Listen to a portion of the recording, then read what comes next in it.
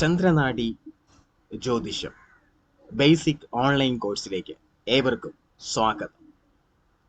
നമുക്കൊരുമിച്ച് നമ്മുടെ കോഴ്സിന്റെ ആദ്യ പാഠത്തിലേക്ക് പ്രവേശിക്കാം. നാഡീ ജ്യോതിഷത്തിന്റെ ആഴം മനസ്സിലാക്കുന്നതിന് മുൻപ് നമുക്ക് ആദ്യം നാഡി എന്ന വാക്ക് എന്താണെന്ന് മനസ്സിലാക്കാം. നാഡി എന്ന വാക്ക് സംസ്കൃതത്തിൽ നിന്നാണ് വന്നിട്ടുള്ളത്. ഒരു ഒഴുക്ക് അല്ലെങ്കിൽ ഒരു ചാനൽ, അതുമല്ലെങ്കിൽ ഒരു അരുവി എന്നാണ് ഇത് അർത്ഥമാക്കുന്നത്. അതായത് ഒരു നദിയിലൂടെ വെള്ളം പ്രവഹിക്കുന്നത് പോലെ ഒരു നാഡി വിവരങ്ങൾ, അറിവുകൾ വഹിക്കുന്നു. ഒരു ആത്മാവിൻ്റെ കർമ്മയാത്രയുടെ തുടർച്ചയായ ഒഴുക്ക് നമുക്കിതിൽ വായിക്കുവാൻ സാധിക്കും. ഇത് ആയിരക്കണക്കിന് വർഷങ്ങൾക്ക് മുൻപ് മഹാന്മാരായ ഋഷിമാരാൽ എഴുതപ്പെട്ടതായി വിശ്വസിക്കപ്പെടുന്ന ഒരു പുരാതനവും അതേസമയം പവിത്രവുമായ ഒരു പ്രവചന സമ്പ്രദായമാണ് നാഡി ജ്യോതിഷം. പാരമ്പര്യമനുസരിച്ച് ഈ പ്രബുദ്ധരായ ഋഷിമാർ കേവലം ജനന ചാർട്ടുകൾ കണക്കാക്കുകയായിരുന്നില്ല.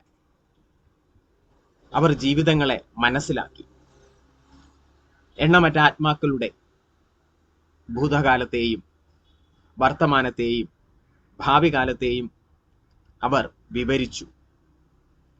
അതാകട്ടെ വ്യക്തിഗതമായിട്ടല്ല, മറിച്ച് ഒരു വിശാലമായ പ്രപഞ്ചത്തിന്റെ രൂപകൽപ്പനയുടെ ഭാഗമായി.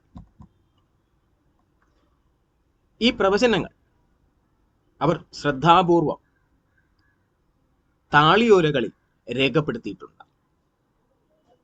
ദിവ്യമായ അവബോധവും ഉയർന്ന അവബോധവും ഉപയോഗിച്ച്, അതായത് ഇൻഡ്യൂഷനും ഉപയോഗിച്ച്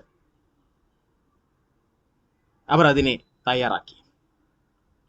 തുടർന്ന് തലമുറകളിലുടനീളമുള്ള ചില പ്രത്യേക കുടുംബങ്ങളിലൂടെയും ആത്മീയ വംശങ്ങളിലൂടെയും അത് പിൽക്കാലത്ത് സംരക്ഷിക്കപ്പെട്ടു.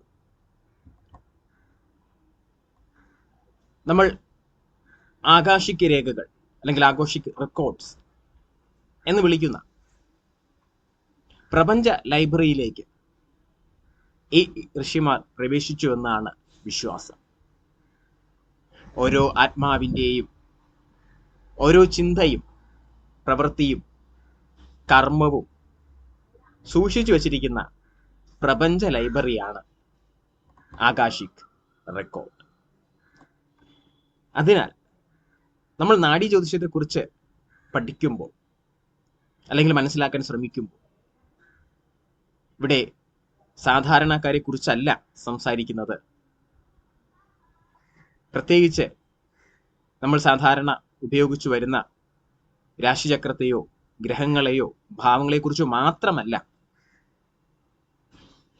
അതിനൊക്കെ അപ്പുറം നാഡീ ജ്യോതിഷം എന്നത് ഒരു കർമ്മ മാപ്പിംഗ് ആണ്. അതായത് കാലത്തിലൂടെയുള്ള ആത്മാവിൻ്റെ യാത്രയുടെ ആത്മീയ രേഖ എന്ന് നമുക്ക് പറയാം. നമ്മൾ എന്തിനാണ് ഇവിടെ അല്ലെങ്കിൽ ഈ ഭൂമിയിൽ ജനിച്ചിരിക്കുന്നത്? നമ്മൾ എന്ത് കർമ്മങ്ങൾ വഹിക്കുന്നു? നമ്മുടെ വിധിച്ച പാതയുമായി നമുക്ക് എങ്ങനെ പൊരുത്തപ്പെടാം എന്നീ രഹസ്യങ്ങൾ ഇത് വെളിപ്പെടുത്തുന്നു.